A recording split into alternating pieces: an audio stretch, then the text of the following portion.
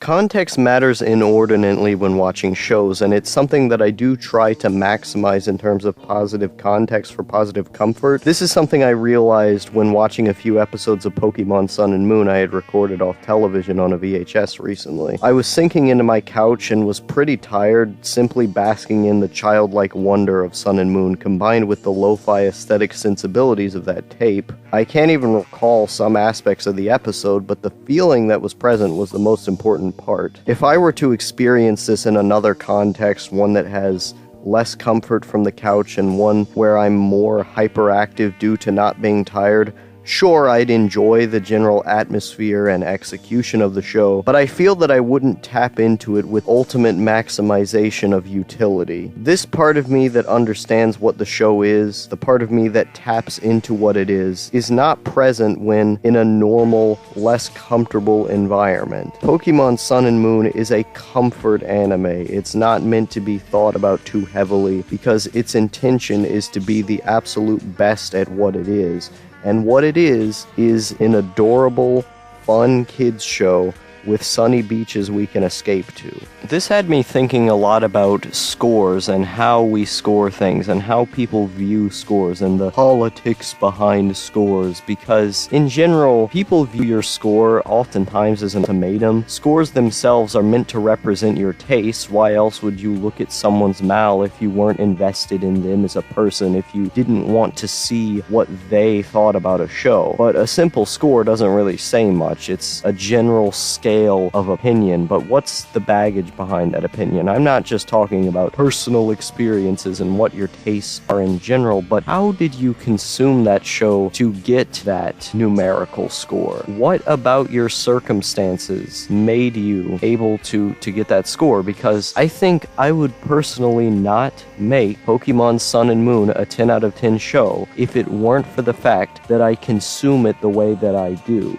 If I didn't consume it in a certain type of mood, that I wasn't in a certain type of mood when I watched it, and that I didn't watch it in a very comfortable way, I would probably think less of the show. I would still think it's great because on a logical level, we can pinpoint what's cool about a show. It's not all about emotions. A lot of the time, we can tell what a show is doing good, and even without, like I said, those circumstantial things, I would still like the show. I would still look at Pokemon Sun and Moon and say, this is competent and this is good and it's fun. But it's not a 10 out of 10 show until I consume it the right way. And that's really the problem here. Maybe for some people, they're just in the mindset all the time to where they can get Pokemon Sun and Moon, but I can't fully get the mastery of Pokemon Sun and Moon until I'm in a spot where I've set my brain up in the right headspace to feel it in the right way, just based on the way it's made. Like I said, it's a comfort show, so you're going to want to be comfortable, and you're going to want to not be thinking too much. You just want to get immersed in the colors and the beautiful escapism of it all. And for me, I have to be in a certain atmosphere in order to be able to do that. It's different. The consuming part is important, how it's consumed. My score would not be a 10 out of 10 if I didn't know this about myself. It would be more like an 8 or a 9, which is still a very high score, and it still shows something about my personal tastes. It still shows that I am someone who cares about this type of thing and that resonates with, but it's not a 10 until I've really experienced the full emotional breadth of what it's capable of. And that's really the important part there, that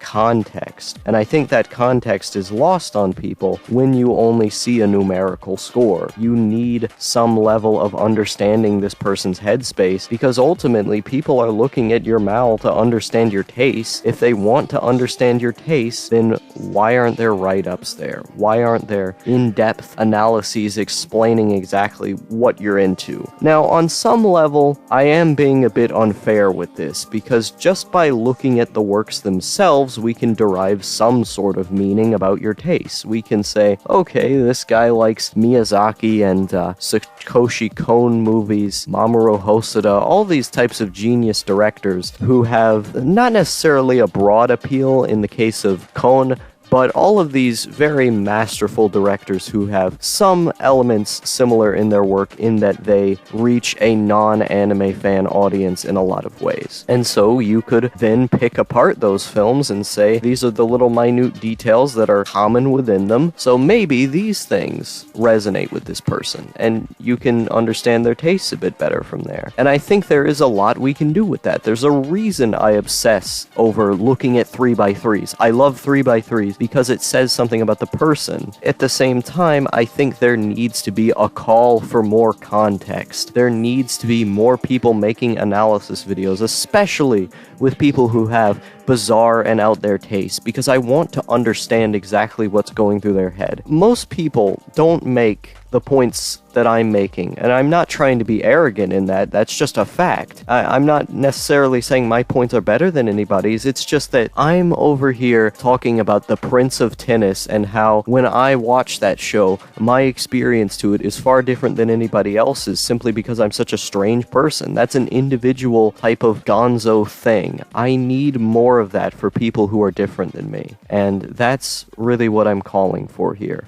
This is a call for context.